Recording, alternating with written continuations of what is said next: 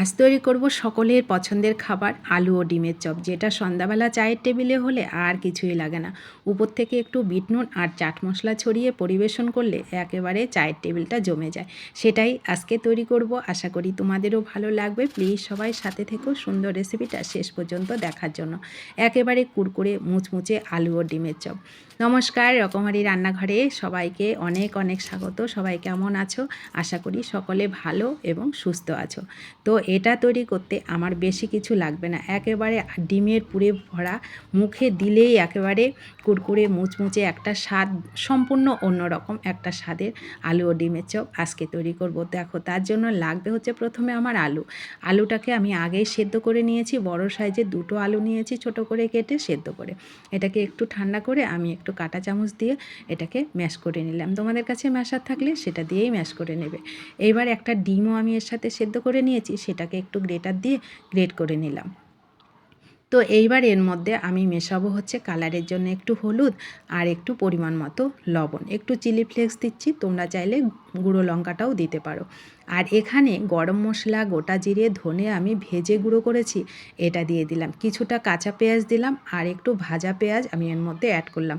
এর মধ্যে পেঁয়াজ আর লঙ্কা আমি আগের থেকেই ভেজে রেখেছিলাম, ওটা দিয়ে দিলাম। আর একটু দিলাম এই যে আচারের তেল। এই আচারের তেল আর ভাজা মশলার গুঁড়োর ফ্লেভারে এর স্বাদটাই হয় অন্যরকম। উপর থেকে একটু ছড়িয়ে দিলাম ছোলার ছাতুটা দিলে এই বাইন্ডিংটা খুব সুন্দর হয়, আর নরম নরম হয়ে যাবে না, খুব সুন্দর চপটা রেডি হবে। তো এইবার আমি সমস্ত উপকরণ একসঙ্গে ভালো করে মেখে নিলাম। অসম্ভব মজার হয় বন্ধুরা, তোমরা যারা খেয়েছো এরকম চপ তারা তো জানবে, যারা খাওনি এই সুন্দর রেসিপিটা দেখে অবশ্যই বাড়িতে তৈরি করে খেয়ে দেখবে কতটা লোভনীয় হয় এই আলুর চপটা এইভাবে তৈরি করলে। তো দেখো, হাতটা পরিষ্কার করে হাতে একটু তেল মেখে আমি সমস্ত চপগুলো তৈরি করে নিচ্ছি। তো তৈরি করা কিছুটা হলো, আমি এইগুলোকে প্রথমে ভেজে নেব।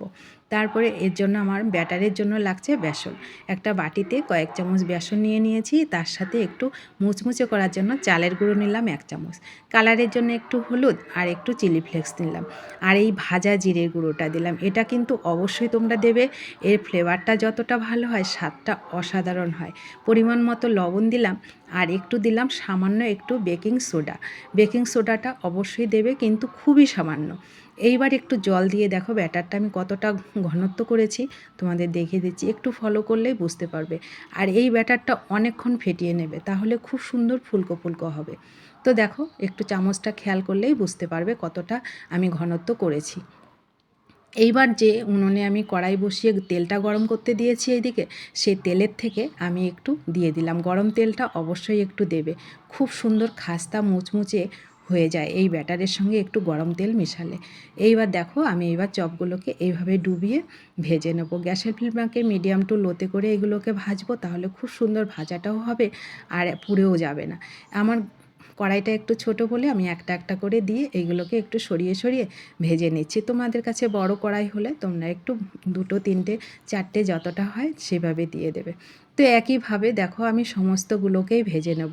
অসম্ভব মজার হয় বন্ধুরা, তোমরা অবশ্যই তৈরি করে খাবে, আর ভালো লাগলে অনেক অনেক শেয়ার করবে। আর ভিডিওটি ভালো লাগলে ভিডিওটিতে কিন্তু একটু লাইক করতে ভুলবে না। তোমাদের একটা লাইক পরবর্তী ভিডিও তৈরি করতে অনেকটা উৎসাহিত করে। তো দেখো, রেডি হয়ে গেল। উপর থেকে একটু বিট নুন আর চাট মশলা ছড়িয়ে দিলাম। অসম্ভব মজার খেতে লাগে, অনেকটা লোভনীয় হয়, আর এর স্বাদটা সম্পূর্ণ অন্য স্বাদের, একেবারে ডিমের পুরে খাসা দুর্দান্ত স্বাদের এই চপটি অবশ্যই তোমরা তৈরি করে খেয়ে দেখবে, আর সন্ধ্যাবেলাটা জমিয়ে দেবে একেবারে চায়ের আড্ডাটা। তো ভালো লাগলে অনেক অনেক শেয়ার করবে, আর চ্যানেলটি প্লিজ একটু সাবস্ক্রাইব করে দেবে। যারা সাবস্ক্রাইব করেছো তাদেরকে অসংখ্য অসংখ্য ধন্যবাদ। সবাই ভালো থেকো, সুস্থ থেকো। রেসিপিটি কেমন লেগেছে কমেন্ট করতে কিন্তু কেউ ভুলবে না। দেখা হচ্ছে তোমাদের সঙ্গে নতুন কোনো রেসিপিতে, ততক্ষণ তোমরা সকলে সুস্থ থেকো, ভালো থেকো। ধন্যবাদ সবাইকে।